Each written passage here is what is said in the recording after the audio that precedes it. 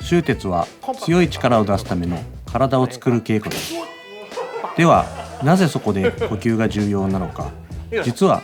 呼吸そのものが直進を作るわけではありません。問題は息を吸ったり吐いたりするたびにせっかく作った姿勢と体幹の強さを自分で崩してしまう人が非常に多いことです。特に息を吐くときにお腹の表面を固め体を縦に縮めてしまうと終鉄の基本姿勢も力の通り道も失われます。この動画では呼吸をしても体の高さと強さを失わないために何を確認しどう練習すればいいのかをできるだけシンプルに解説します。具体的に何をやるかっていうと、もう10秒吐きながら頭の位置を下げない、もうここに尽きるということなんですね。腹横筋をねしっかり使って呼吸しましょうとかって言われてもなかなかできないもんなんですね。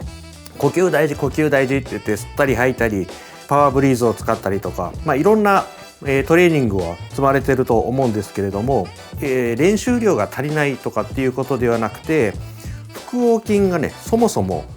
自分の意識で強く動かしたり締めたりっていうことがほぼできない筋肉なんですね。正しいやり方をしないと頑張れば頑張るほど間違った呼吸がどんどんエスカレートしていくっていう可能性が非常に強いっていうことです。終鉄でやってる呼吸のトレーニングなんですけども、これは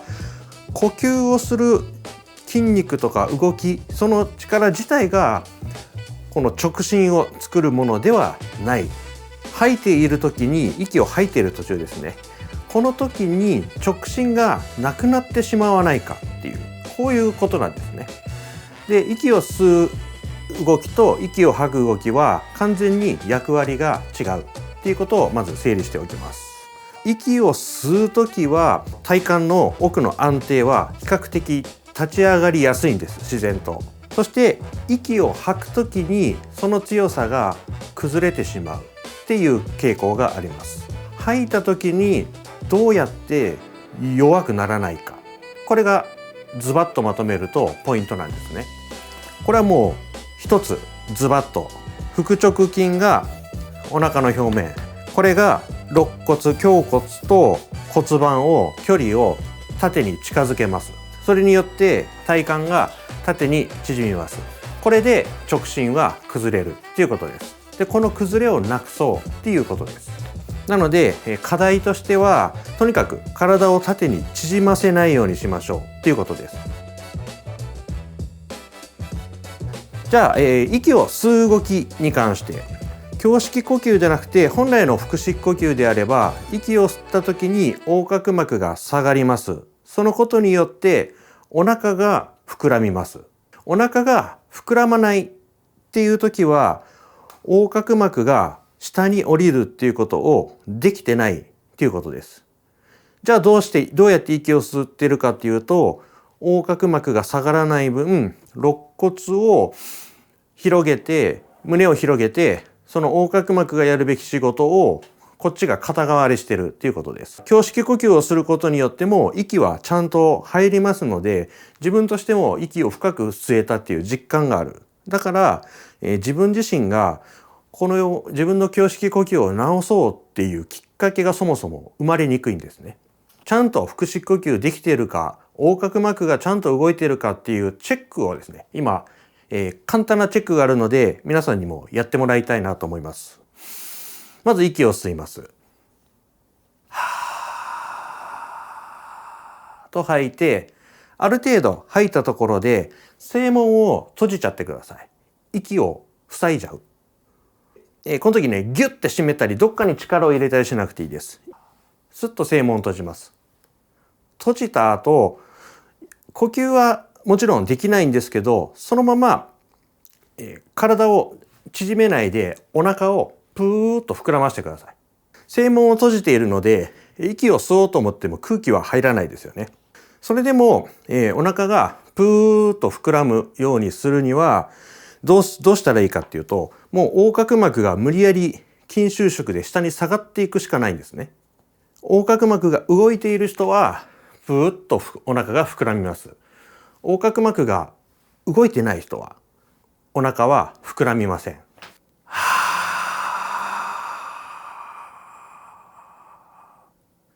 で、声門閉じます。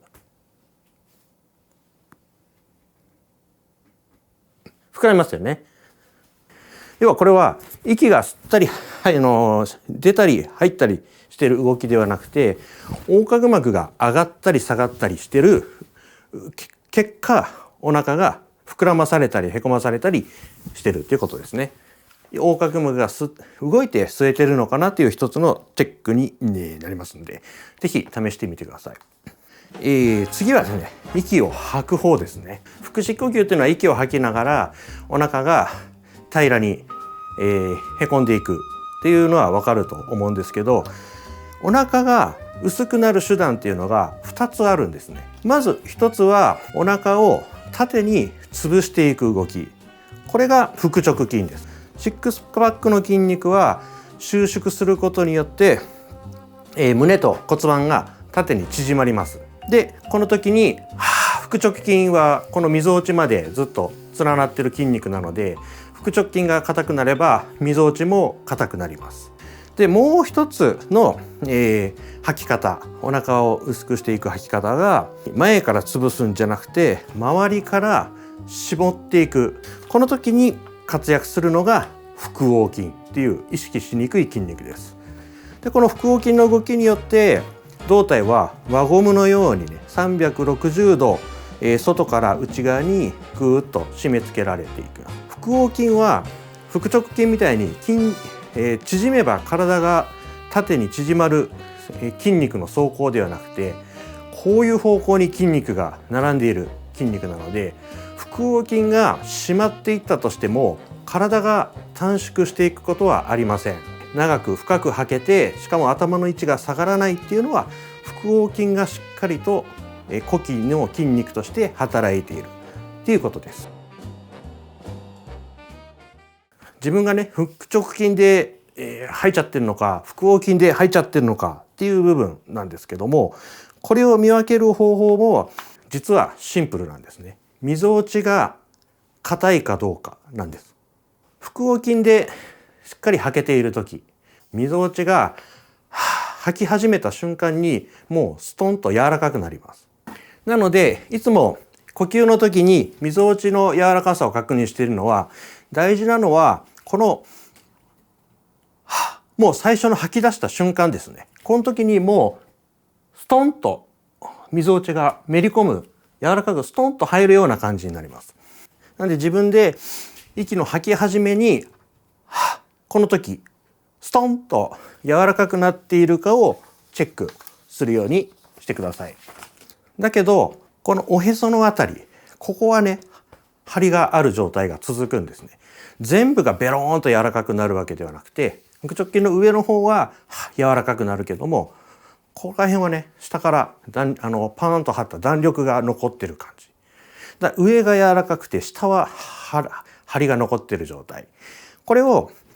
膝小腹っていうふうに、自分は言ってるやつですね。膝小腹っていう言葉は昔から日本にある言葉ですけど、僕が言ってる膝小腹っていうのはそういう状態です。で対して息を吐いた時に、腹直筋が柔らかくなるけど、ここも全部がベロンと柔らかくなっている状態っていうのは、これただの脱力の呼気ですね。一番ありがちなのはこの腹直筋がカチカチのパターンっていうのは、吐いて薄くなっているけど、なんかみぞおちもここもは同じ硬さって思い切ってみぞおちの力を抜くと、下までふにゃふにゃ、上もふにゃふにゃっていう、こういう感じで、吐き方がね、違います。でこれもね、難しいのは外から見たりとかしても違いがわからないことなんですね。今までパワーブリーズのトレーニングも紹介したことありますし、ストローのトレーニングも、紹介したことあるんですけど、最近ちょっとストップを、自分の中でしてるのは、息を吐くときに、その腹横筋が正しく動かせてない人が結構いるなっていうのが分かったので、そうするとですね、トレーニング効果がうまく出なかったりするので、もっと基本的な腹式呼吸をまずしっかり学びましょうっていう感じで、今稽古会でもそういうふうにもうちょっと基本の状態から説明するようにしています。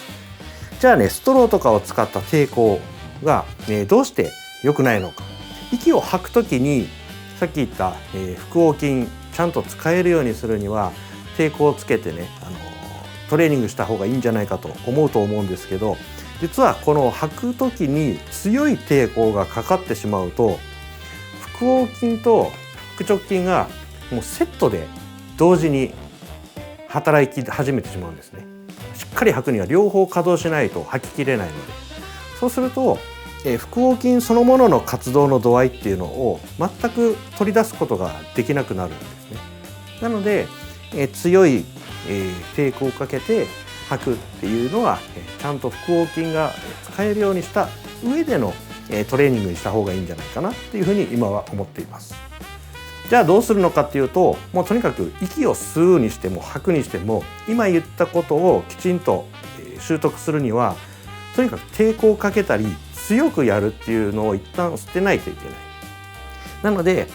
抵抗じゃなくて、その呼吸の間違った方向に行かないような逃げ場をなくして正確にやっていきましょうっていうことです。長く